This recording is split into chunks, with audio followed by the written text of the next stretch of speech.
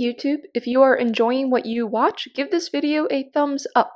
Remember to subscribe to my channel. Berserk of Gluttony Episode 10 opens with the Holy Knights lost contact with a group in Gallia. This lost group was going to the Great Ravine. Roxy tells the Holy Knights they are going to Gallia to look for them. We scene change to Fate. He learns he will need magic crystals to make an ideal scabbard for Greed. Jade tells Fate he can get magic crystals in Gallia. Maybe Fate and Roxy will be in the same location again, and this time maybe Fate will stay with Roxy instead of running away. Fate is off to the Great Ravine. As Fate and Greed travel, they fight monsters. We scene change to Roxy, Mugen, and Maria. Because of the location, the compass doesn't work. They all need to figure out how to get to the Great Ravine without a compass and without reading constellations, since Gallia's atmosphere doesn't have clear skies. Roxy says they will have to navigate using the orc population. The biggest orcs are south. We scene change to Greed telling Fate he should sleep. When Fate does sleep, he sees the woman who was in the monster he killed with mine. Next, in the dream, it gets scary. Fate is standing in a pool of blood. Kato pulls Fate down into the blood. He cannot escape. Fate wakes up. He has no time to think about his dream because monsters approach. Fate uses his night vision skill to see salamanders approaching him. Fate uses Greed as a bow to attack. Then he stops attacking. Fate says something is off. Usually salamanders run away when they are attacked. These ones are not. They are not even trying to attack Fate either. They are being controlled. We've seen change to Roxy's group. They are also being attacked by salamanders, but these salamanders are actually attacking them. Northern is injured. Maria fights the salamanders and is also injured. Yes, Fate is here. Fate has arrived to Roxy's side. Fate protects Roxy and fights all the salamanders by himself. He has killed the salamanders. Roxy thanks Corpse for his help. Mugen,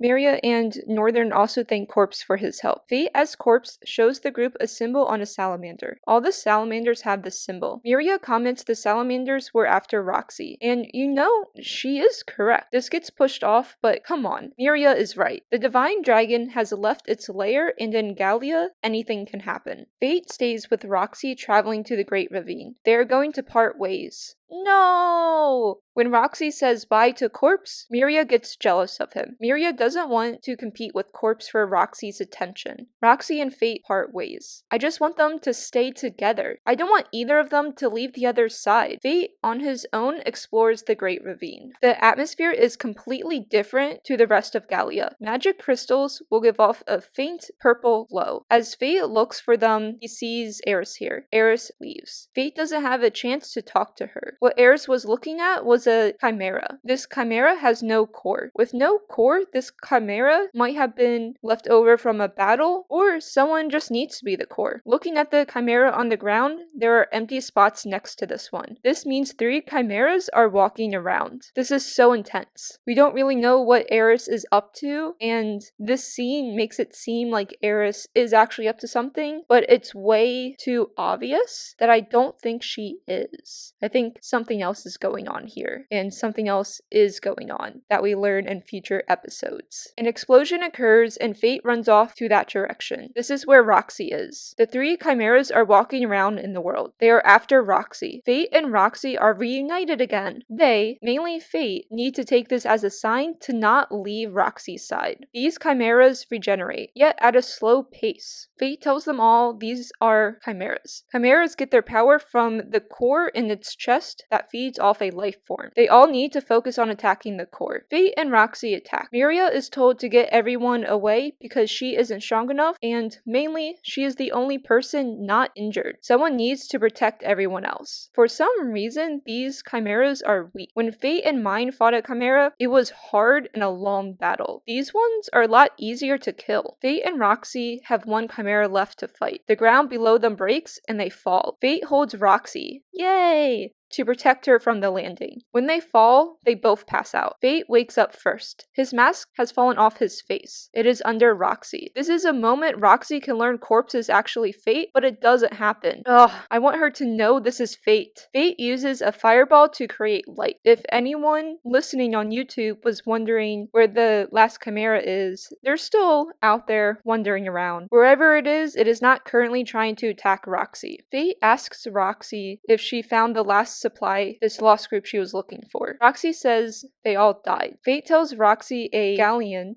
that's mine, told him about chimeras. Roxy asks if this galleon was a girl carrying an axe. Roxy remembers seeing her at the vineyard with Fate. Roxy says she heard a rumor this girl was traveling with a boy wearing a skull mask, aka Fate. Roxy is happy about that. She's happy to learn Corpse and Mine were just traveling together. Roxy tells Corpse he reminds her of Fate, which that's because they are the same person. Roxy wonders if that boy she knows, Fate, is truly happy. Corpse says Fate is happy. Someone like Roxy cared about him, so he is absolutely happy for everything she's done. Why do these two have to always have the mood ruined? Because Fate's eye turned red, he runs away from Roxy. The chimera has arrived. Good timing for Fate's eye. I know Fate wants to keep Roxy safe and not involve her in his sin skill in weapon life. I, though, want them to be together. Between the salamander and chimera, with the symbols, someone truly does want Roxy dead. All the more reason for Fate not to leave her side. Fate thinks Eris is behind all these attacks because he saw her earlier, and I don't think she is, because the show is really pushing for her to be the obvious bad guy, but it's so obvious it's someone else. Roxy was looking for a corpse and found him after he defeated the chimera. The roof caves in, and from it there's an area discovered with magic crystals. Fate has his magic crystals and was able to spend episode 10 with Roxy. Episode 10 ends with a random dude wearing a skull mask. His eye is green. It is possible with green eyes he has the envy skin. He mimics Fate's disguise. So this man can be pretending to be Corpse and give Corpse a bad reputation.